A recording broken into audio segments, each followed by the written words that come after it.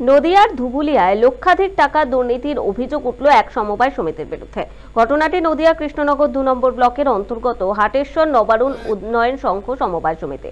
একাংশ চাষিদের অভিযোগ, ওই সমিতিটি তৈরি হয়েছিল চাষিদের আর্থিক সহযোগিতা করার জন্য, কিন্তু সমবায় সমিতির বর্তমান সেক্রেটারি আনসার আলী শেখ চাষিদের সঙ্গে প্রতারণা করছে, বরং ঘুরপথে ধান কিনে বিভিন্ন জায়গায় বিক্রি করে দেওয়া হয়। চাষিদের অভিযোগ, সমবায় সমিতিতে সম্পূর্ণ দালাল চক্র চলছে। সোমবার একাধিক অভিযোগ তুলে সমবায় সমিতির সামনে ক্ষোভ উগরে দেয় একাংশ চাষি।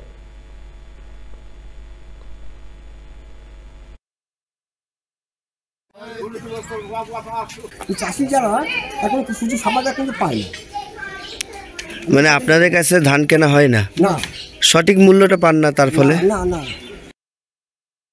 যে অ্যাডহক কমিটিগুলো এখানে বসেছে তৃণমূলের মদতপুষ্ট কিছু দালাল, সেই দালালরা এখানে বসে সমবায়টাকে লুট করার চেষ্টা করছে একদম পরিষ্কার অর্থে। এবং সমবায়টার অনেক উন্নত হয়েছিল এক সময়, সেইটা বর্তমানে এরা আসার পর থেকে কোনো উন্নতি নেই, এরা নিজস্ব উন্নতি করছে। এই সমবায়িতের মাধ্যমে মোটরসাইকেল বিক্রয় করা হয় বিভিন্ন কোম্পানির, অথচ মোটরসাইকেল যে ফাইন্যান্স করা হয়, সেই ফাইন্যান্স করার পর মোটরসাইকেল যে ফাইন্যান্স রিটার্ন হয়, সেই রিটার্ন করার পরে অনেক সময় লোন শোধ করতে না পারলে সেই রিটার্ন মোটরসাইকেলের যে সিস্টেম, যে এখানে অকশন করা বা নিলাম করা হয়, সেই নিলামের সিস্টেম বন্ধ করে এরা নিজেরা, যারা সমবায়ের সদস্য রয়েছে, তারা কীভাবে মোটরসাইকেলগুলো মানে নিজেদের চালাচ্ছে বা কিনে নিচ্ছে। হাটেশ্বর নবারুণ সমবায় সমিতিতে দীর্ঘদিন ধরে দুর্নীতি চলছে।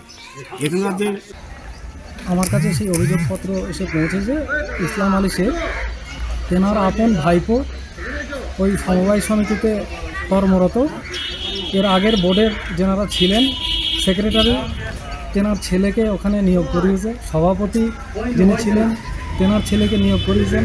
আরও পরিচালক মণ্ডলী যেনারা ছিলেন প্রত্যেকে নিজের নিজের একটা করে ছেলে ওখানে সম্পূর্ণ স্বজন পোষণ করে ওই সমবায় সমিতিতে নিয়োগ করিয়েছিলেন অবৈধভাবে, এবং সেই প্রতিরোধ করতে গিয়ে এই বিভিন্ন রকমভাবে অপবাদ অপপ্রচার আমাদের